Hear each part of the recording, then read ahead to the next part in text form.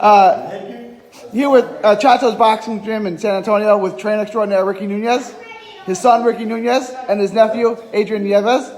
Family affair here.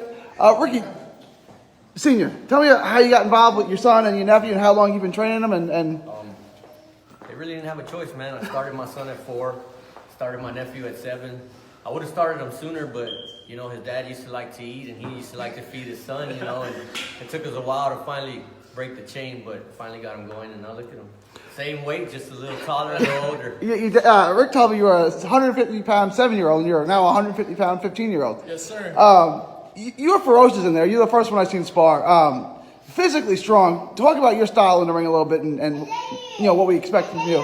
I'm more of a boxer, but if it has to come to slug it out, box, it don't really matter. I'll do it all.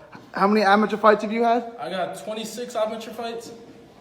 And the plan is to stay an amateur a couple more years? Because I was talking about your style is more suited for the pros. Yeah.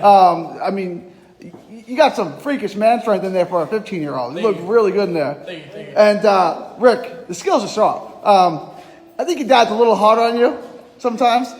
You fought all 3 ranges, mid-range. You were a sniper from the long distance, and you're surprisingly good on the inside. Talk a little about your style, because you can do it all. I like using my power more, and I like to box too, so I could use both. So it's whatever it comes down to. How many fights have you had? I have 68 fights. Dad, what does he do well? Both of them. What do they do well? And what do they need to do better? You know, they got good feet. That's the most important thing. Good feet, a good jab. That's the 2 main important things. They both could hold their own. Obviously, you know, they're young kids sparring older guys, and you know, the plan is just to keep them busy and hopefully, you know, they could get in somewhere good. You know, maybe a big promoter. So once they turn 17 years old, 18 years old, that's the plan. They have more of a pro style, like you said, and hopefully we do something.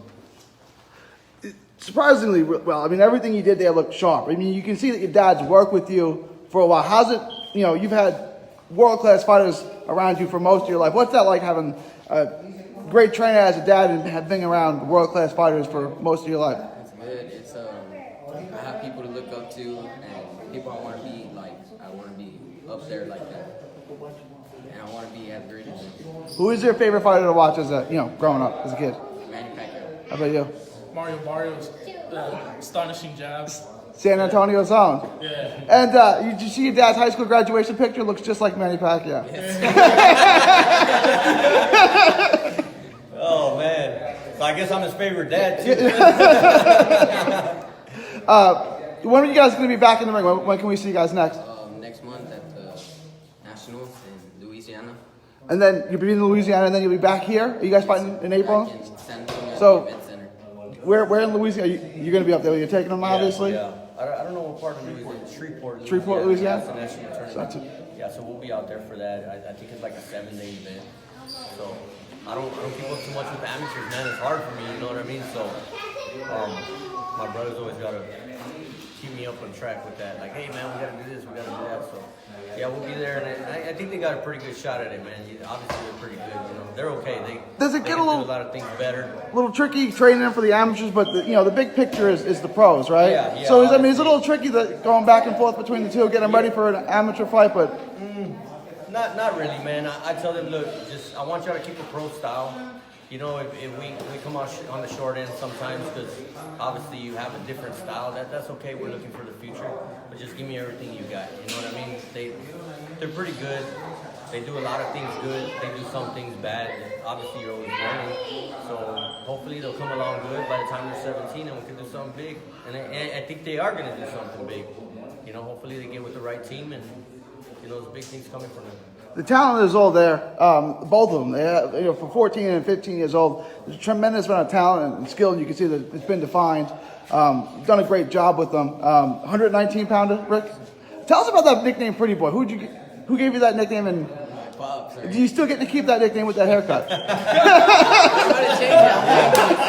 It was when he was a young kid, man. He was sparring, and one of my friends came in, man. One of my other friends, and he goes, man, that's your son sparring. He goes, man, he's pretty. He's pretty. So we just went with that, you know, and it's been with him ever since. So that's the whole thing behind it. And What weight are you fighting at? Is it 138. 138? Yes, sir. And you make 138 because you look. I mean, you were in there. You were pushing around a grown man, a 28-year-old man. The strength is freakishly strong. Can you make 130? Are you comfortable making that weight? Is that? Yes, sir. Tell everyone where they can find you on social media. You can find me on Instagram at 210.photo. This guy's saying Antonio to the phone. I love it. Yeah. Ricky, where can everyone find you on social media? At 210.rick. And coach, where can everyone find you? Rick Boxer 2. Thank you for your time. God bless, guys.